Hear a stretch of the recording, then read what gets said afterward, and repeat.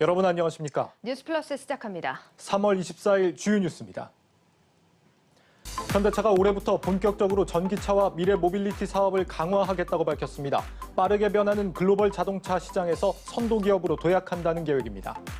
기술 특례 제도를 통해 상장한 기업들 10곳 가운데 7곳은 실제 실적이 추정치에 크게 못 미치는 것으로 드러났습니다. 부정확한 추정치에 대한 사후 책임을 강화할 필요가 있다는 지적입니다.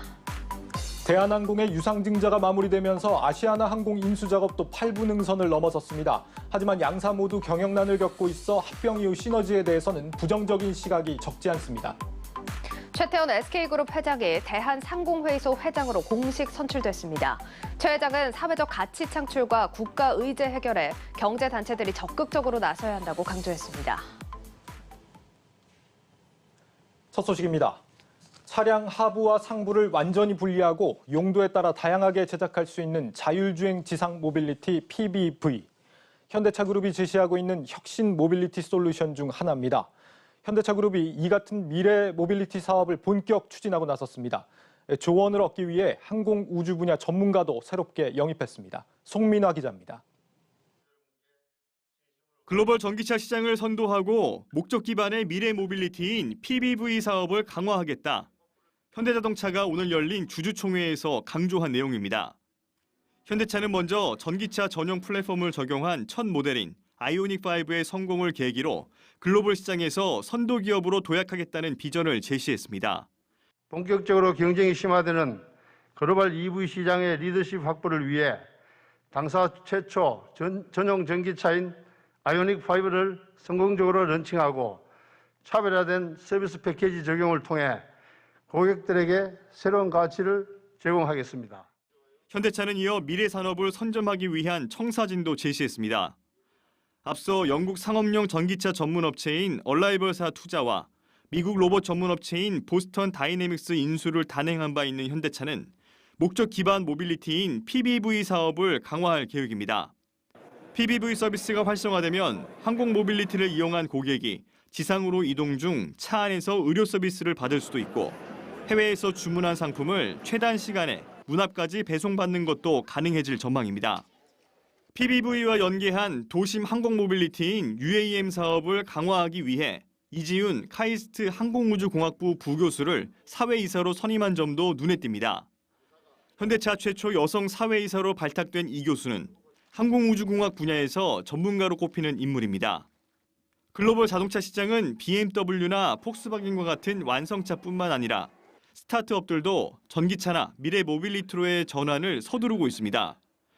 본격적인 체질 개선에 나선 현대차가 한 치 앞을 내다보기 어려운 미래차 시장에서 경쟁 우위를 확보할 수 있을지 관심이 모입니다. 한국경제TV 송윤아입니다. 수익성은 낮지만 성장 가능성이 높은 기업에게 상장 기회를 주는 기술 특례 상장 제도. 하지만 실제 성장 전망이 들어맞는 경우가 거의 없는 것으로 나타났습니다. 저희 한국경제TV가 지난해 이 제도를 통해 상장한 기업을 분석했는데 10곳 중 7곳은 투자 설명서에 기재한 추정치보다 실적이 크게 못 미쳤습니다. 신재근 기자의 단독 보도입니다. 작년 기술특례 제도로 상장한 한 바이오 기업이 투자 설명서에 기재한 실적 추정치입니다. 매년 매출액은 우상향하고 영업 손실은 작년 58억 원에서 2022년부터는 흑자 전환할 것으로 예상했습니다. 하지만 이 기업은 작년 영업 손실 102억 원을 냈습니다. 예상보다 손실폭이 2배로 커진 것입니다. 실제 실적이 투자 설명서상에 기재한 장밋빛 예상치보다 크게 모자란 곳은 이곳만이 아닙니다.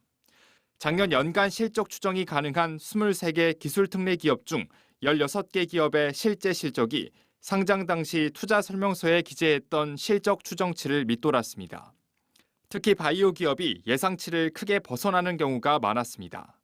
코로나19 진단키트 등 분자 진단을 연구하는 젠큐릭스는 상장 당시 투자 설명서에 2020년 43억 원의 영업 손실을 낼 것으로 예상했지만 실제 영업 손실은 92억 원까지 불어났습니다.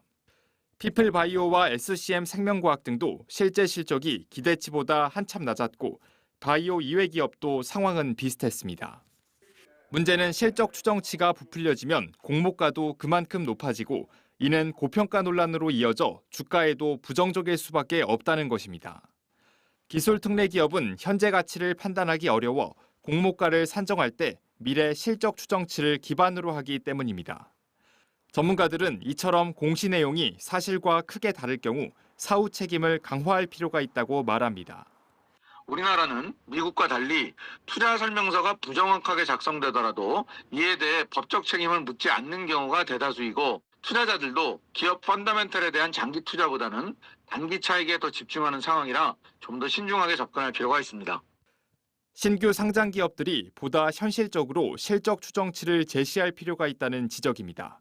한국경제TV 신재근입니다. 오늘 대한항공이 유상증자를 통해 발행한 주식이 시장에 풀리면서 주가가 일부 조정을 받았습니다. 이제 실탄이 확보된 만큼 아시아나항공 인수 작업은 8분 능선을 넘었다는 평가가 나오는데 합병 시너지를 두고는 여전히 물음표가 찍힙니다. 박승환 기자입니다. 대한항공 신주 발행 물량이 주식 시장에 풀린 첫날, 기대와 달리 시장의 바늘은 싸늘했습니다. 아시아나항공과의 합병이 가져올 시너지가 무엇인지 구체적으로 제시되지 않았기 때문입니다.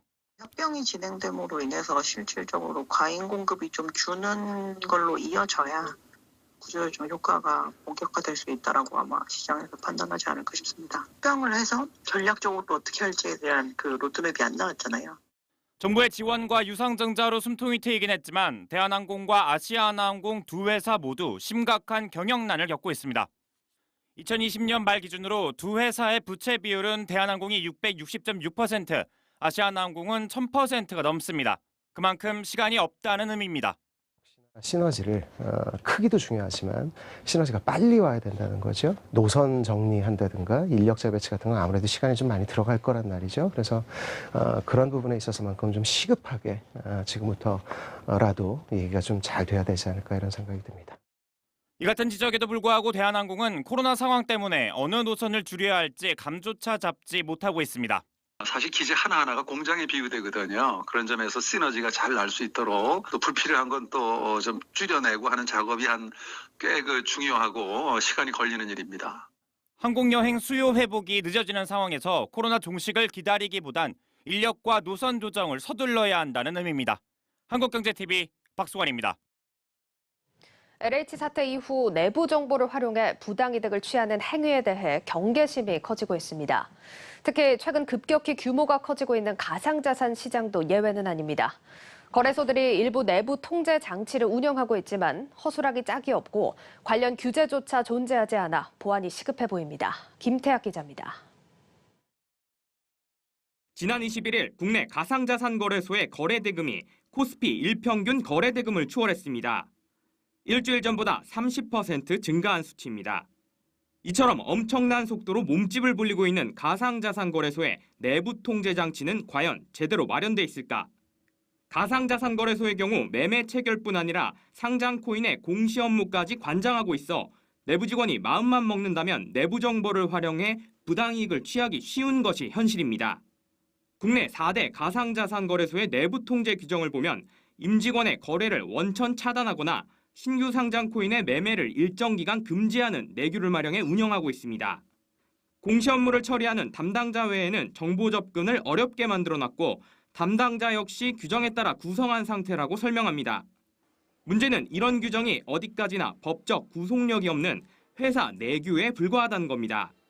위반한 사례가 몇 건인지 또 어떻게 조치했는지를 공개하지 않아 내규가 실제로 잘 작동하는지 여부도 알기가 쉽지 않습니다. 특히 A거래소 직원이 B나 C거래소 등 타거래소 이용을 금지하는 규정이 없는 가상자산 거래소도 많아 내부 정보를 활용해 타거래소에서 부당이득을 취할 가능성도 배제하기 힘든 실정입니다. 내부자가 부당이득을 취해도 내규에 따른 징계는 해고가 최고수이어서 부당이득을 환수할 길도 없습니다.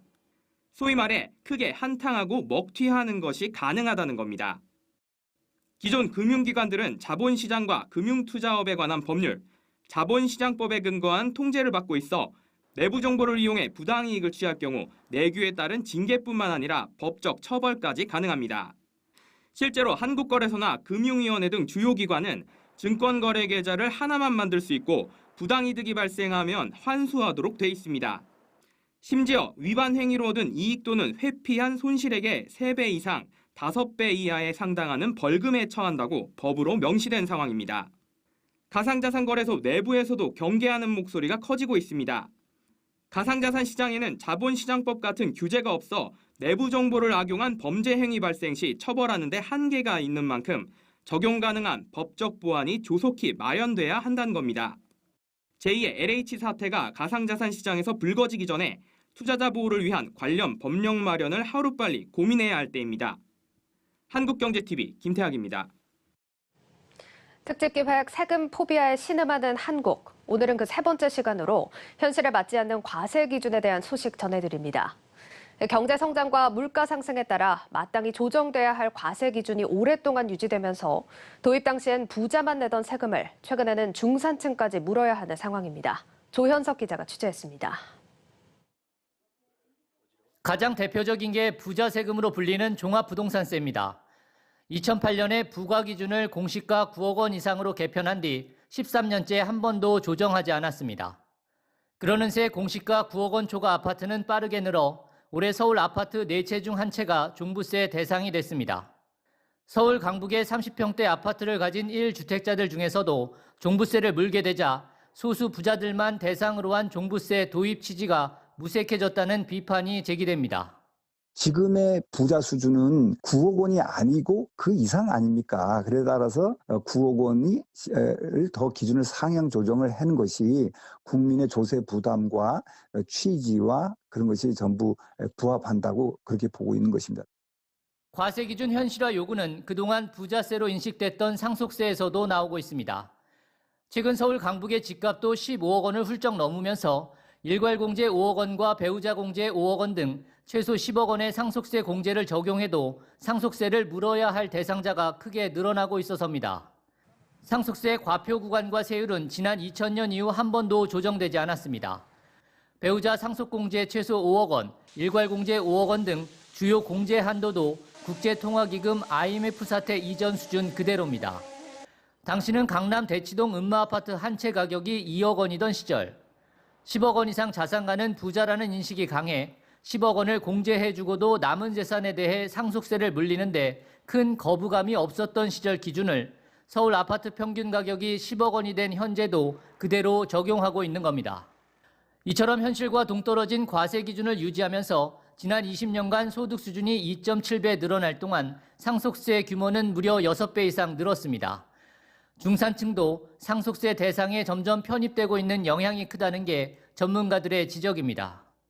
실제 서울 아파트 한 채와 예금 5억 원을 배우자와 자녀 2명에게 상속할 경우 몇 해 전만 해도 비과세 대상이었지만 이제는 이런저런 공제를 받는다 해도 상속세를 1억 3천만 원가량 물어야 합니다. 경제가 성장하고 물가가 이제 인상이 될 경우에 어떤 조세 체계에 왜곡이 있을 수 있는데요. 과표 구간이나 어떤 세율을 조정을 통해 가지고 이 어떤 과세 체계를 합리화하는 것이 당국의 역할이라고 할 수 있습니다.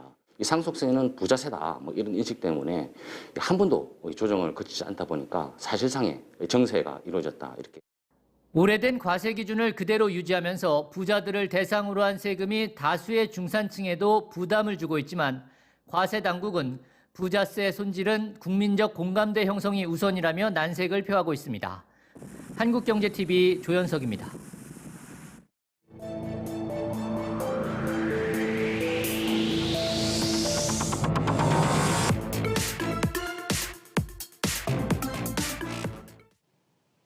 (3월은) 제약바이오 업계에게는 그야말로 고통의 한 달이었습니다. 의약품 불법 제조 이슈부터 기대를 모았던 치료제들이 허가를 받지 못하면서 투자자들의 기대는 큰 실망으로 뒤바뀌었습니다.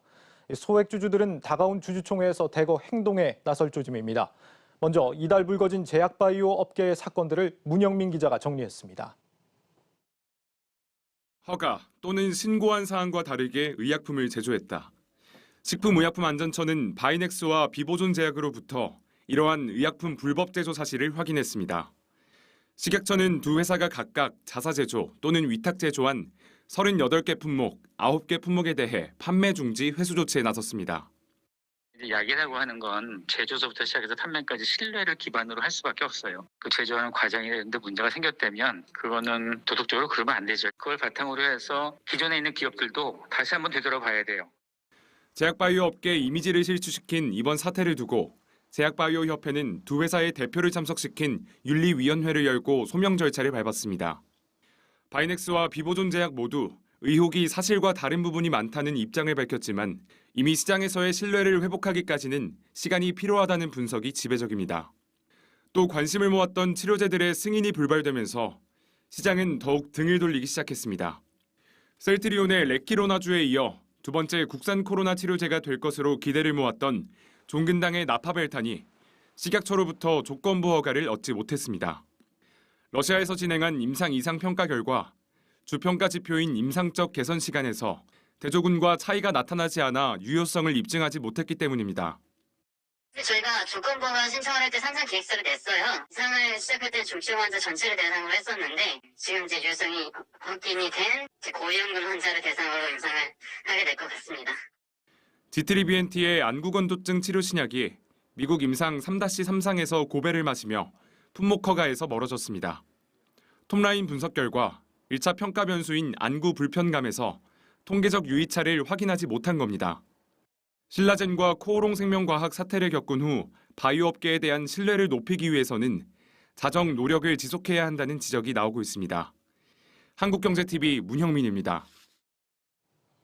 당장 이달 제약바이오 업계 주주총회에서는 주주들의 거센 반발이 예상되고 있습니다. 주목해봐야 할 이슈들 자세히 짚어보겠습니다. 성장기업부 홍원표 기자 나와 있습니다. 홍 기자, 이번 주총에서 이슈가 있는 바이오 기업들 어디가 있습니까? 네, 일단 3월은 대부분 상장사들의 주총이 예정이 되어 있는데요. 바이오 기업도 예외는 아닙니다. 그런데 여느 때와는 달리 몇몇 기업들이 좀 시끄러운 이슈들이 많이 있습니다. 대표적으로는 코오롱 생명과학인데요. 코오롱 생명과학은 골관절염 치료제인 인보사를 개발한 회사인데 성분 조작 논란으로 2019년에 이 제품이 퇴출됐습니다. 최근 몇 년간 일어난 바이오업계 사고 중에는 가장 큰 사건이었는데 당시 인보사를 개발한 코오롱 티슈진의 대표가 이우석 현 코오롱 생명과학 대표입니다. 코오롱 생명과학과 티슈진 대표를 겸직으로 맡았는데요. 현재 인보사 사태와 관련해서 약사법 위반 등의 혐의로 1심 재판을 받고 있습니다. 그런데 25일 열릴 주주총회에서 이우석 대표의 재선임 안건이 올라와 있습니다. 코오롱 티슈진은 상장 폐지 위기에 놓여 있고 또 생명과학은 주가가 한때 19만 원까지 올라갔는데 지금은 10분의 1 수준으로 떨어졌습니다. 상황을 이렇게 만든 장본인을 그대로 대표이사에 선임을 하겠다. 이런 안건이 올라온 것 자체가 좀 충격적이긴 한데 그래서 일부에서는 이우석 대표가 이제 검찰 기소를 통해서 재판이 진행 중이고 또 구속됐기 때문에 재선임된 게 좀 적절치 않다 이런 지적이 나오고 있는데 하지만 좀 선임이 강행될 것 같아서 좀 논란이 이어질 것 같습니다. 그렇군요. 이미 주총을 앞두고 이 개인 투자자들이 적극적으로 행동에 나선 이런 곳들도 있습니다. 헬릭스미스와 시젠이 대표적인데 헬릭스미스는 우리가 그 과도한 유상증자 때문에 논란이 됐었잖아요. 현재는 어떤 상황입니까? 네, 이 소액 주주들이 단체 행동을 통해서 헬릭스미스 대표이사가 물러나기로 이제 결정을 했는데요. 일단 이 헬릭스미스에 대해서 좀 간단하게 좀 짚어보겠습니다. 유전자 치료제인 엔젠시스를 개발하는 기업인데 한때는 이 신약 개발 기대감으로 코스닥 시가총액 2위에 오르는 그 정도로 떠오르는 기업이었습니다. 예전 이름은 바이로메드였는데 하지만 잦은 유상증자를 실시를 했고 2019년이 문제였습니다. 엔젠시스의 미국 임상에서 약물 혼용 사고가 벌어졌는데요. 그러면서 이 약물에 대한 좀 의구심이 많이 들었고 또 임상이 크게 지연이 됐습니다. 여기에 이제 2019년 당시에는 유상증자를 2년간 실시하지 않겠다. 우리가 보유한 현금이 굉장히 많다. 이렇게 밝혔는데 말을 바꿔서 1년 만에 정말 대규모의 유상증자를 단행을 했습니다. 이런 연이은 악재로 헬릭스미스의 주가는 지속적으로 하락하기 시작을 했고요. 또 고점 대비 현재는 8분의 1 수준까지 떨어진 상태입니다. 또 유상증자와 관련해서 이제 공시하는 과정에서 위험 자산에 투자했다가 손실을 본 사실도 드러났습니다. 이렇게 경영진에 대한 신뢰도가 많이 이제 하락을 하게 되자 소액 주주들이 위임장을 모아서 단체 행동에 나서기 시작을 했습니다. 현재 대표인 김선영 또 유승신 대표는 연구만 맡고 경영에서는 손을 떼라 이렇게 이제 요구를 했는데 소액 주주들의 목소리가 높아지기 때문에 이런 거에 부담을 느낀 헬릭스미스가 전문 경영인을 지난달 영입을 했습니다. 그리고 유승신 대표는 이번 주총을 통해서 사내이사를 사임키로 결정을 했는데 김선영 대표는 엔젠시스 연구 총괄로 그대로 남아 있고 또 사내이사도 유지하기로 이제 결정이 돼 있는 상태여서 과연 이제 주총장에서 소액주주들이 어떤 결정을 내릴지 어떤 판단을 할지는 좀 지켜봐야 할 것 같습니다. 그러니까 소액주주들의 목소리가 일부 반영이 된 거군요. 전문 경영인으로 교체를 했다. 투자자들 뭐 공분이 좀 가라앉을지 모르겠는데 그렇다면 시젠의 경우에는 뭐가 문제입니까? 네, 시젠은 좀 주가와 밀접한 관련이 있는데요. 네. 진단키트 기업으로 다들 알고 계시잖아요. 그래서 이제 코로나19 진단키트 수출로 굉장히 큰 수혜를 본 기업입니다. 예. 지난해 매출은 전년 대비 무려 8배, 또 영업이익은 28배나 증가를 했습니다. 주가는 코로나19 전보다는 상당히 많이 올랐지만 또 고점 대비해서는 3분의 1 수준으로 현재 떨어져 있는 상황인데 이 때문에 이제 소액 주주들이 회사가 좀 주가 관리에 소홀을 한 거 아니냐, 왜 매출만큼 주가가 오르지 않느냐 이런 이제 요구를 하기 시작을 했습니다. 예. 그래서 이제 위임장을 모으고 좀 시위를 하는 등 단체 행동에 들어가니까 경영진이 이제 부랴부랴 뭐 현금 배당이다, 또 자사주 매입이다 이런 주주 친화 정책을 내놨습니다. 하지만 여전히 이런 개인 투자자들은 이 정도로는 부족하다. 코스피 이전 상장을 하거나 아니면 뭐 무상증자, 액면 분할 등을 해야 한다. 이런 이제 요구들을 하고 있는데 물론 뭐 개인 투자자들의 요구를 다 들어줄 수는 없지만 이 시젠이 코로나19 진단 키트로 이렇게 성장한 회사인데 이후에 어떤 새로운 먹거리를 제시할 수 있는지, 지속 가능한 성장이 가능할지 이거에 대한 좀 관건은 남아 있는 상황입니다. 그렇군요. 이렇게 문제를 일으키는 게 주로 이제 제약 바이오 기업들인 경우가 많다라는 걸 좀 주목해 볼 필요가 있겠는데 왜 이렇게 문제가 반복해서 나온다라고 할 수 있을까요? 일단 뭐 제약 바이오 기업들은 그 이제 기대감을 가지고 상장과 투자를 하지 않습니까? 예. 그렇기 때문에 이제 매출은 거의 없는데 뭐 연구개발비를 많이 쓰다 보니까 영업은 항상 손실을 기록하고 있습니다. 하지만 이제 신약 개발이나 이제 기술 수출 한 방이면 주가가 크게 오른다 이런 기대감을 항상 갖고 있게 되죠. 예. 근데 이렇게 실체가 없기 때문에 기술 특례를 통해서 상장되는 회사라면 더욱더 기술 개발에 좀 매진을 해야 합니다. 그런데 이번에 짚어본 바이오 기업들은 대부분 이 경영진들이 좀 책임 있는 의식이 좀 상당히 부족했다 이렇게 보이는데 엄연히 주식회사인데 내 회사인 것처럼 개인 회사인 것처럼 좀 그런 뭐 의사결정들을 많이 해왔고 예. 또 앞서 보신 리포트에서 보신 것처럼 바이넥스나 비보존 제약이나 또 코오롱 생명과학 같은 경우는 엄연히 이제 불법을 저지른 회사거든요. 그래서 굉장히 심각한 문제입니다. 또 제약사나 이 바이오 기업들은 뭐 우리가 이제 복용을 하고 있는 뭐 약 아니면 맞아야 하는 주사 같은 게 직접적으로 인체에 들어오기 때문에 상당한 도덕성을 이제 요구를 받게 되는데 그동안 이제 경영진들이 이런 문제를 많이 일으킴에도 불구하고 투자한 개인 투자자만 손해를 보고 피해를 입고 또 책임은 아무도 지지 않습니다.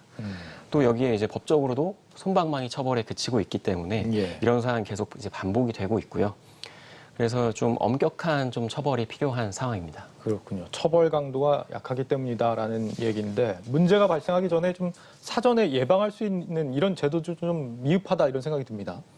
네, 일단 뭐 기업 경영을 감시할 수 있는 건 좀 감사의 역할이 중요한데 지금까지 뭐 기업의 감사위원이 뭐 제대로 현실적인 그런 감사의 역할을 했느냐 이거에 대해서는 뭐 다들 동의하시는 것처럼 그렇지는 않았다 이렇게 보이는데요. 그렇죠. 뭐 모든 기업이 삼성처럼 뭐 준법감시위원회를 설치해서 뭐 현실적으로 감사를 해야 한다 이런 건 아니지만 그래도 최소한의 감사로서의 역할은 필요하다 이런 목소리가 점점 커지고 있습니다. 지난해 말 이제 상법 개정안이 국회 본회의를 통과를 했는데요. 지금까지는 주총에서 이사를 이제 먼저 선임을 하고 이사 중에 감사위원을 선출하도록 규정을 하고 있어서 최대 주주의 영향력 안에 있는 이사들 중에 감사가 선임이 됐습니다. 그런데 이번에 개정된 상법은 감사위원 중 1명 이상을 이사와 이제 분리해서 선출하도록 되어 있습니다. 특히 이 경우에는 최대 주주의 지분이 많아도 최대 3%까지만 의결권을 행사할 수 있도록 제한이 돼서 이게 이제 재계에서는 좀 반발을 했던 제도인데 과연 이게 좀 실제로 효과를 발휘할 수 있을지는 좀 지켜봐야 할 것 같습니다. 이 감사제도 말고도 또 좀 더 보완이 필요하지 않을까 이런 그 기대를 가지고 이제 투자를 해야 되는 이런 성장 가능성만 보고 투자하는 기업들의 경우에는 추가적인 보완 제도가 또 있어야 될 것 같다 이런 생각이 듭니다. 이 제도도 제도입니다만 지금 이번 상황을 보면 확실히 좀 소액주주들의 영향력이 높아지고 있는 것 같아요. 주주들 스스로도 좀 더 각성할 필요가 있겠습니다. 네, 일단 뭐 상장사는 개인 회사가 아니라 엄연히 주식회사이지 않습니까? 그래서 뭐 이번에 동학개미 운동을 통해서 개인 투자들이 굉장히 많이 늘었고 또 자기가 이제 투자한 기업에 공부를 하시는 분들이 굉장히 많이 늘었는데 그러면서 개인 투자자의 목소리도 점차 높아지고 있습니다. 많은 바이오 기업들은 전체 주주 숫자 중에서 한 70%에서 80% 정도가 소액 주주의 비율이고요. 또 주식 보유 비중도 한 70% 정도가 개인 투자자 보유 비중입니다. 예. 그렇기 때문에 이제 기업이 어떤 뭐 불법이나 부도덕한 행위를 하게 된다면 이 소액 주주가 연대를 해서 이 회사는 내가 투자하는 회사니까 보다 적극적으로 주주의 권리를 행사하는 것이 좀 필요해 보이고요. 또 경영권 분쟁이 있는 이 기업들 같은 경우에는 본인들이 필요할 때는 개인 투자자들한테 막 호소를 하지 않습니까? 그렇죠. 이제 그렇기 때문에 결국은 주식회사는 개인이 뭐 아무리 소액이어도 주주들의 어떤 그런 목소리를 들어야만 하는 상황입니다. 네, 이런 상황을 반영한 건지 최근 뭐 증권가에서는 작년에 증시 테마가 이제 BBIG에서 올해는 BIGS, 그러니까 바이오가 빠졌더라고요. 이런 네. 상황이 지금 반영이 된 게 아닌가 이런 생각이 듭니다. 좀 관련 종사자분들은 좀 각성을 해야 되지 않을까 이런 생각이 듭니다. 성장기업부 홍원표 기자였습니다. 잘 들었습니다.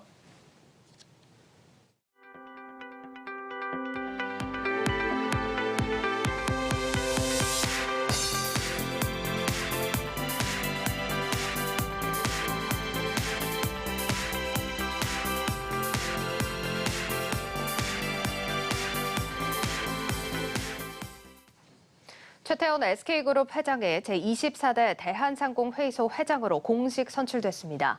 최태원 회장은 오늘 열린 대한상위 회장단 의원총회에서 회장에 선출된 직후 인사말을 통해 시대가 요구하는 사회적 가치 창출과 국가 의제 해결에 경제단체들이 좀 더 적극적 역할을 수행해야 할 것으로 생각한다고 말했습니다. 7년 7개월 동안 상위 회장을 맡았던 박용만 회장은 최태원 회장의 배웅 속에 7년 7개월간의 임기를 마무리하고 상위를 떠났습니다. LG전자가 오늘 주주총회를 열어 전기차 파워트레인 사업 물적 분할 방안을 승인했습니다.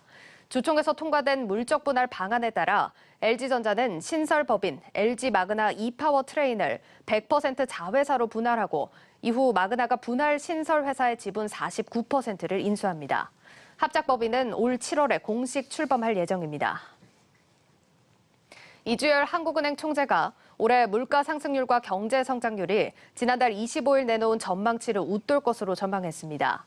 이 총재는 기자간담회에서 국내에서도 유가 상승폭이 커지고 농축산물 가격이 급등하면서 소비자 물가 상승률이 0%대에서 1%대로 높아져 인플레이션 우려가 있다고 말했습니다. 이어 올해 GDP 성장률에 대한 불확실성이 여전하지만 국내 성장률은 종전 전망치인 3%보다 높아질 것으로 내다봤습니다. 3기 신도시 보상 업무를 하면서 LH가 행정 처리를 부실하게 한 것으로 드러났습니다. LH의 내부 감사 자료를 보면 현장 조사를 제대로 하지 않아 지목을 제대로 구분하지 못하거나 무상 취득이 가능한 국공유지를 보상 대상에 올린 경우도 있는 것으로 나타났습니다. LH 감사실은 서류에 의존한 부실한 보상 업무로 사업비를 과다 집행할 우려가 높은 만큼 해당 사업단에 재조사할 것을 통보했습니다.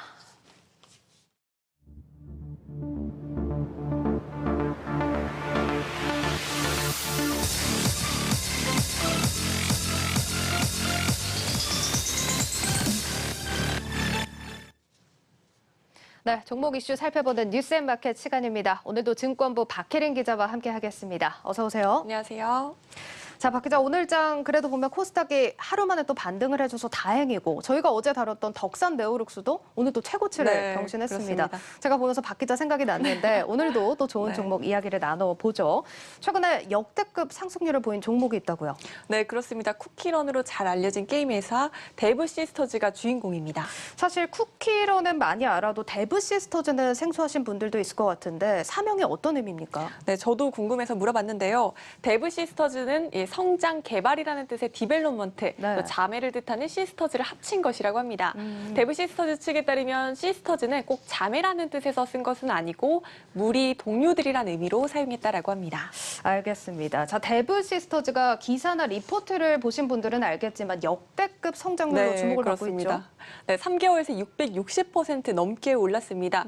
지금으로부터 딱 3개월 전인 12월 24일 대부 시스터즈의 시가총액은 약 1,563억 원, 순위로는 코스닥 시장에서 555위였습니다. 네. 오늘 기준으로 보면 보시다시피 시가총액은 1조 1,600억 원, 순위로는 50위를 기록하고 있죠.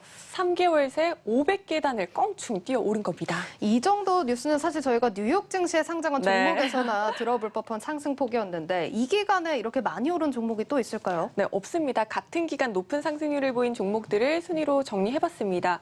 보시는 것처럼 코스피와 코스닥 통틀어서 대부 시스터즈가 1위를 기록하고 있고 네. 2위, 3위와의 격차도 상당히 큰 것을 알 수 있습니다. 알겠습니다. 자, 지금 663%의 상승률을 기록하고 있는 대부 시스터즈에 대한 이야기 더 나눠보겠습니다. 자, 앞서서 쿠키런 얘기가 나와서 네. 예상을 하시겠지만 쿠키런이 게임 인기에 힘입은 건가요? 네, 맞습니다. 대부 시스터즈의 쿠키런 킹덤이란 게임이 말 그대로 돌풍을 일으키고 있기 때문입니다. 네. 지금 보시는 영상이 쿠키런 킹덤인데요. 캐릭터들이 귀엽죠? 그렇네요. 네, 통상 국내 모바일 게임 시장 주요 매출군, 즉 주로 돈을 쓰는 분들이 30에서 50대 남성들인데 쿠키런은 20대 여성분들의 사랑도 굉장히 많이 받고 있다라고 합니다. 네. 보통 게임 시장에서 성별로 매출 시장을 나누면 남성이 한 7에서 8, 여성이 한 3에서 2 정도를 차지를 하는데 대부 시스터즈 측에 따르면 킹덤 5대5로 봐도 무방할 정도로 여성 유저들에게서 매출이 굉장히 잘 나오고 있다고 합니다. 사실 저는 젊은 층에서 인기가 많을 줄 알았는데 매출이 30에서 50대 남성이라는 게 일단 네. 첫 번째로 놀랍고 제가 오기 전에 또 여론조사를 한번 해봤는데 저희 스태프들 4명 중에 2명이 게임을 하고 있다 이렇게 대답을 하더라고요. 네. 저도 사실 해본 만큼 네. 이 안에서도 사실 점유율이 상당한 것 같아요. 네, 맞습니다. 출시일이 1월 21일이었는데요.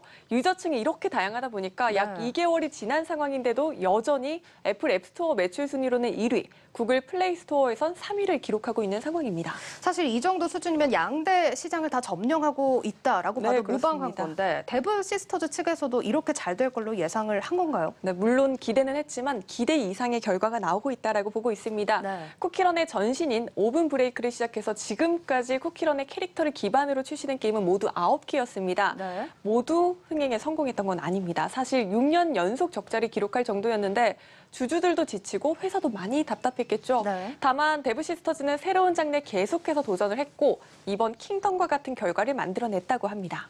사실 주변에 이렇게 휴대폰 게임하는 거 보면 유행이 워낙 빠르다 보니까 뭐 그간의 어려움들이 이해가 안 되는 부분은 아닙니다. 뭐 어쨌든 올해는 적자를 드디어 면할 수 있게 된다는 거네요. 적자를 면할 수 있는 정도가 아니라 6년간 누적된 손실을 올해 상반기 중 모두 만회할 수 있을 것이란 분석이 우세합니다. 네. 2015년부터 지난해까지 쌓인 순손실이 약 705억 원 정도 되는데 유안타증권은 올해 상반기 중 이 이상의 순이익을 기록할 수 있을 것이라고 전망했습니다.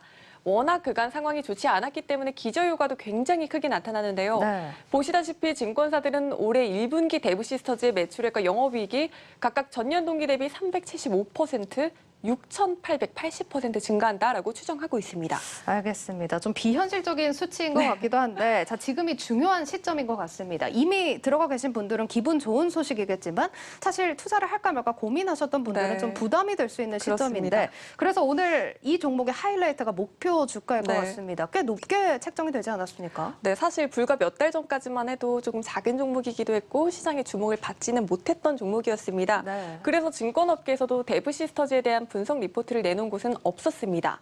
다만 오늘 유안타증권에서 처음으로 목표가를 내놨는데 보시다시피 15만 원을 제시했습니다. 네. 현재 주가와 비교하면 한 50%가량 높게 설정한 겁니다.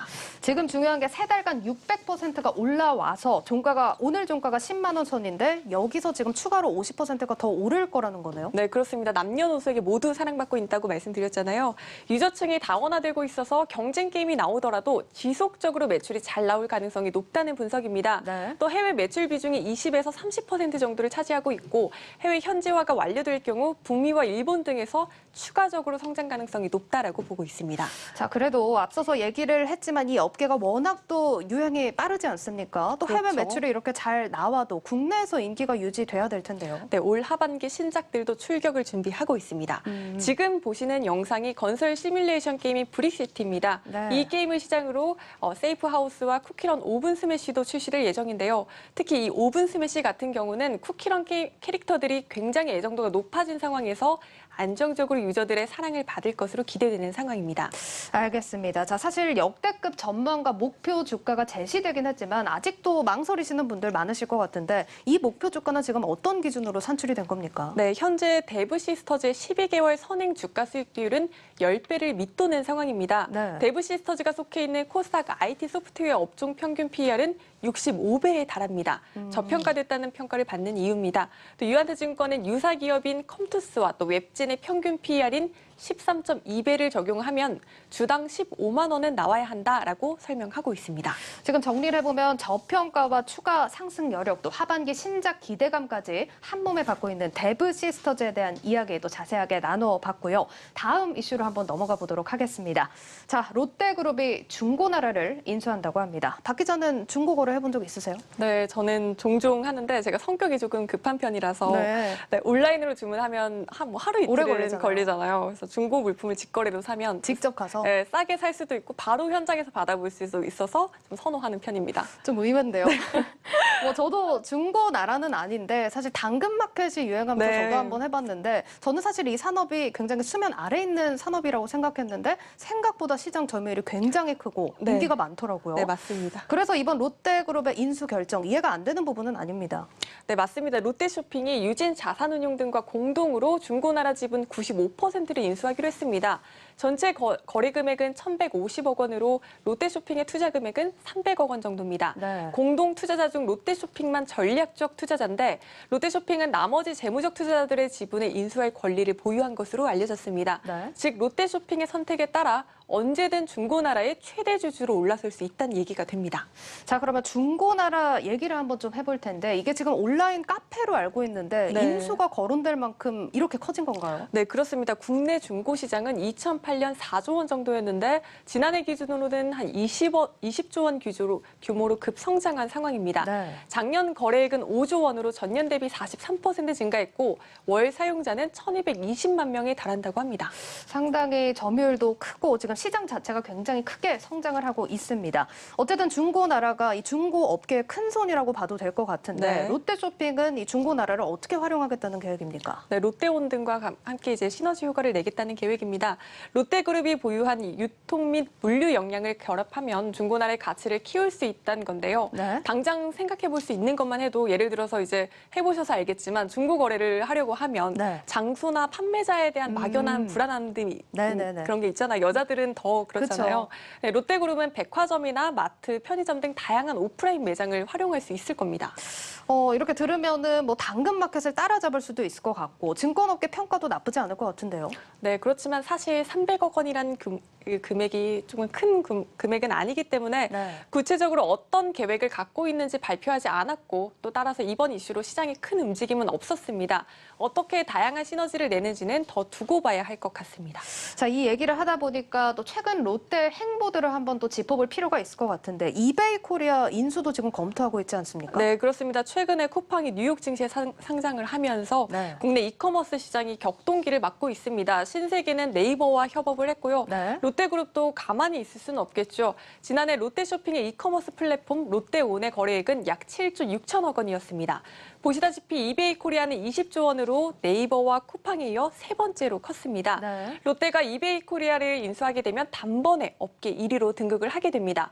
업계 관계자들은 롯데가 최근 이커머스 사업부 대표를 경질했을 만큼 변화를 원하고 있다며 이커머스 시장에 롯데가 큰 반격에 나설 것이라고 전망하고 있는 상황입니다. 사실 저희 뉴스플러스에서도 이 주제에 대해서 다룬 적이 있는데 롯데가 유통 명가의 명성을 좀 잃어버리고 있다. 이런 평가들이 나오고 있는 상황입니다. 업계 판도가 어떻게 바뀔지 좀 지켜보셔야겠고 또 롯데가 굉장히 바쁜 게 바이오 산업에 진출한다는 얘기도 있어요. 네, 맞습니다. 롯데그룹이 엔지캠 생명과학과 손잡고 바이오 시장 진출을 검토하고 있는 것으로 알려졌습니다.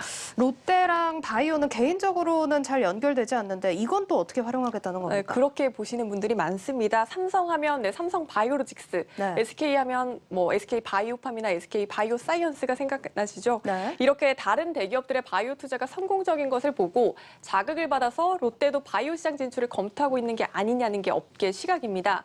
롯데그룹은 2017년 이후 실적이 계속해서 내리막길을 걷고 있는 상황입니다.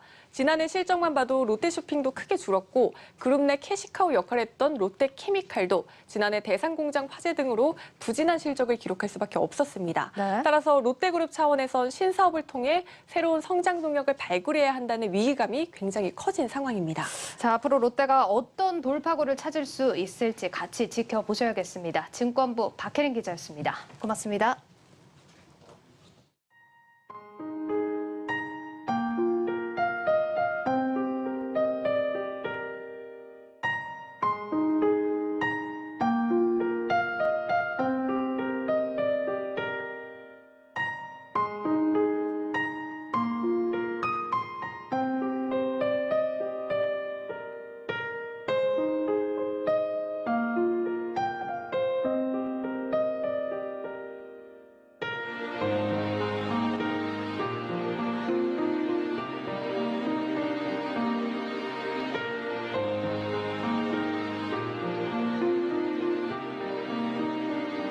많은 부분들을 집에서 하다 보니까 재택근무, 온라인 학습, 그리고 또 가족이 함께하는 취미생활 이런 부분들 모든 것이 가능한 집이라는 컨셉을 가지고 Always Home이라는 테마로 새로운 집을 제안했습니다.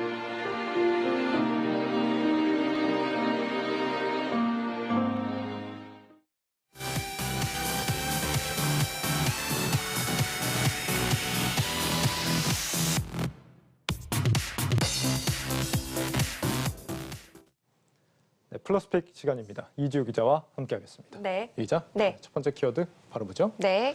왕좌 되찾기네요. 네, 맞습니다. 80년대 또 90년대 세계 반도체 시장을 주름잡았던 인텔이 최근에 고전을 하고 있습니다만 다시 한번 왕좌를 되찾기 위해서 노력하는 모습을 보이고 있어서 키워드를 이렇게 잡아봤습니다. 네, 인텔이 반도체 투자를 더 늘리기로 했죠. 네, 맞습니다. 인텔이 우리 돈으로 한 22조 넘게 투자를 해서 미국 애리조나주에 반도체 파운드리 공장 2곳을 좀 건설하기로 했습니다. 특이할 만한 것은 대만의 TSMC나 또 삼성전자가 주도하고 있는 파운드리 사업에 그러니까 반도체 위탁 생산에 인텔이 뛰어든다는 점인데요. 그간 인텔은 컴퓨터 칩을 디자인을 하고 또 제작한 뒤에 마케팅까지 하는 업체였습니다. 파운드리 사업의 경우에는 2016년에 잠깐 진출을 했다가 철수를 했거든요. 그런데 이 소식이 전해지자 인텔의 주가는 기대감이 시간에 거래해서 5% 넘게 급등하기도 했습니다. 앞으로 반도체를 외주를 주기보다는 직접 자체 생산을 하겠다 이런 의지로 보이는데 네. 공장을 해외가 아니라 미국 안에다가 증설하기로 했다고요? 네, 맞습니다. 애리조나 반도체 공장 2곳을 증설하기로 한 건데요. 예. 겔싱어 인텔 CEO는 대부분의 제조 시설이 아시아에 집중돼 있는 상황에서 미국과 유럽에서도 좀 제조 역량을 확보해야 된다. 또 미국과 유럽의 공장에서 이런 파운드리 서비스를 제공하겠다. 이렇게 좀 설명을 한 것으로 알려지고 있습니다. 로이더 통신은 이런 인텔의 행보를 두고 세계 반도체 파운드리를 장악한 대만의 TSMC와 또 삼성전자를 겨냥했다. 이렇게 좀 풀이를 하기도 했습니다. 네, 삼성이나 TSMC한테는 경쟁자가 한 명 더 생긴 셈인데 네. 한번 철수했던 사업을 다시 진출하게 된 배경은 뭐라고 할 수 있을까요? 네, 일단 인텔은 MS와 함께 양대 PC 산업에서 양대 산맥이라고 좀 볼 수가 있는데요. 특히나 예. 중앙 처리 장치라고 하죠. CPU를 독식하다시피 해왔습니다. 그래서 인텔 칩이 탑재된 PC 같은 경우는 품질이 인증이 됐다. 인텔 인사이드다 이런 말이 유행을 할 정도였습니다. 하지만 모바일 시대에 접어들면서 퀄컴 같은 여러 업체들에 좀 밀리게 됐고요. 또 CPU에서도 신흥 CPU 강자인 AMD가 나타나면서 시장 점유율을 계속해서 빼앗기고 있는 상황입니다. 또 애플이나 MS 같은 고객 대형사가 좀 자체적으로 칩을 만들겠다 이렇게 선언을 또 해버리면서 좀 위기가 온 상황인데요.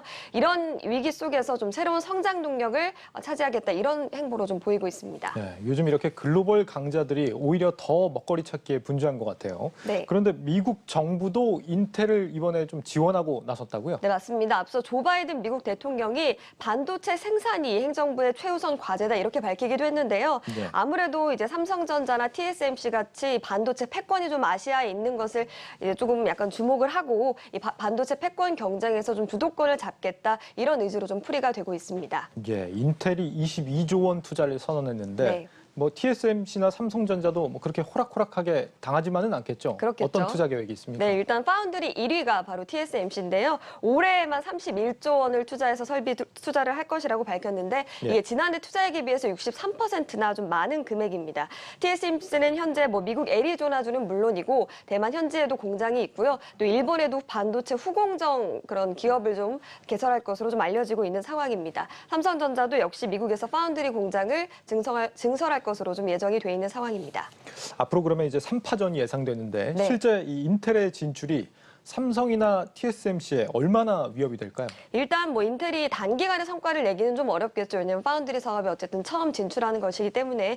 하지만 수십 년간 반도체 시장을 좀 주름잡았던 인텔이기 때문에 파장은 좀 클 것으로 좀 보고 있습니다. 네. 특히나 인텔이 이 발표를 하면서 아마존이나 시스코, 퀄컴, 구글 같은 것들이 좀 자신들을 지지하고 있다 이렇게 밝힌 만큼 미국의 대형 IT 기업들이 좀 물량을 인텔에게 줄 가능성도 배제할 수 없는 상황이고요. 예. 특히나 삼성전자는 지금 글로벌 파운드리 시장에서 2위인데 1위와의 격차가 30%포인트 이상 차이가 나는 상황이라 더욱더 위협적일 수밖에 없습니다.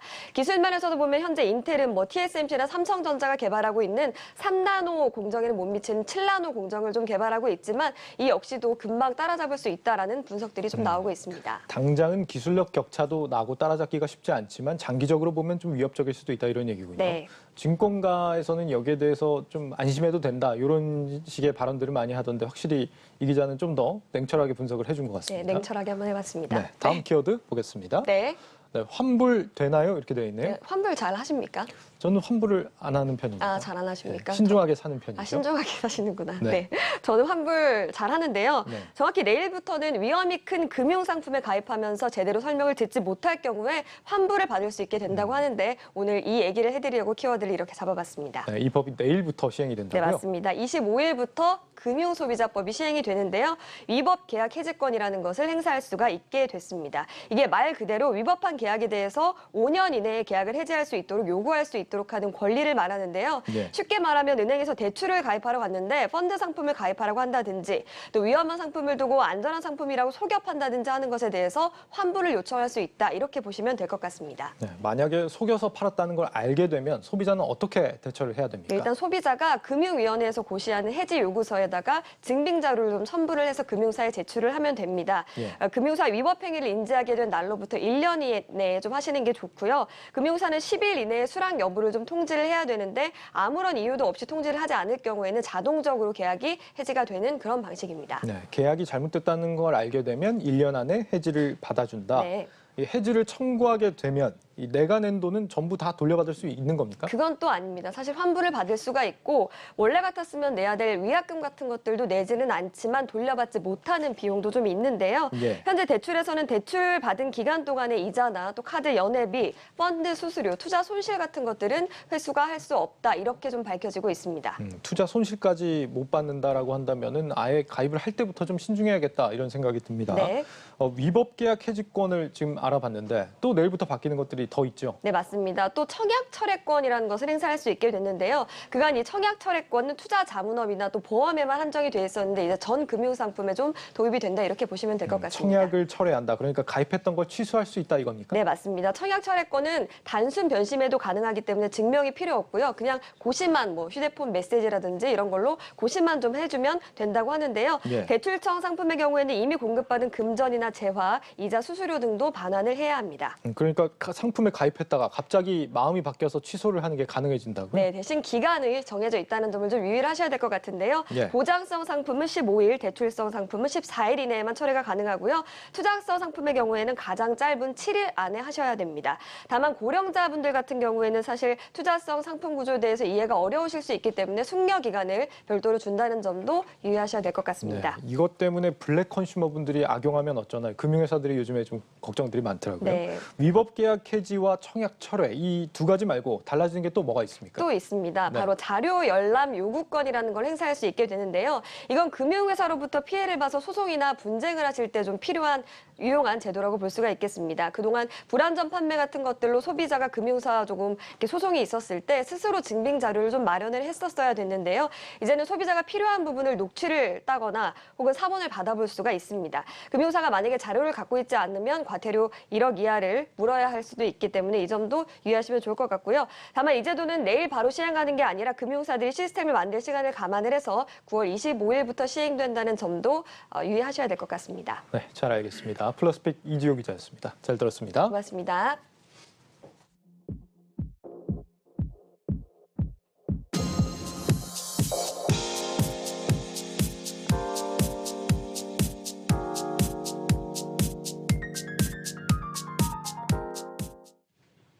놓치면 섭섭한 글로벌 뉴스입니다. 미국의 백신 임상평가기구가 아스트라제네카가 공개했던 코로나19 임상 결과에 날짜가 지난 정보가 포함돼 있어서 효능을 오도할 수 있다고 지적했습니다.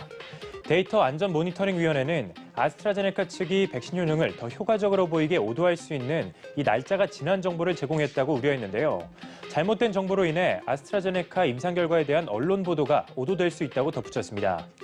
이에 대해 국립알레르기전염병연구소는 아스트라제네카가 최대한 빨리 최신 자료를 공개해야 한다고 요구했는데요.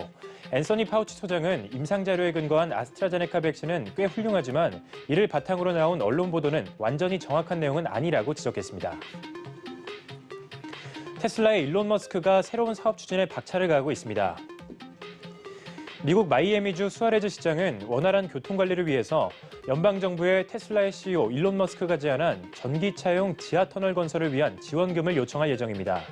지난주 수아레즈 시장은 머스크의 굴착회사인 보링컴퍼니와 지하터널 건설 프로젝트를 논의하기 위한 만남을 가졌고 이후 라디오 인터뷰에서 이번 프로젝트에 대해 미국 교통부 장관에게 연락할 계획이 있다고 밝혔습니다. 머스크가 제안한 지하터널 루프는 자율주행 차량 전용 도로로 전기로 추진되는 레일형 고속 차량을 이용해 시속 240km로 이동하는 운행 시스템입니다. 지금까지 글로벌 뉴스였습니다.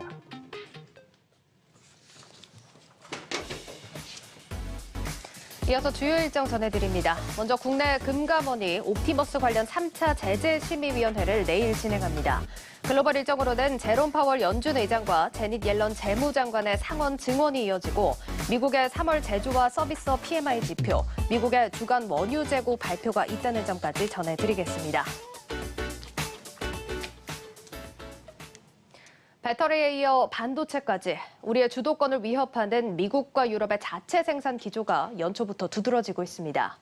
이를 위해서는 막대한 생산 인프라와 함께 인재를 확보하는 일이 절실하겠죠.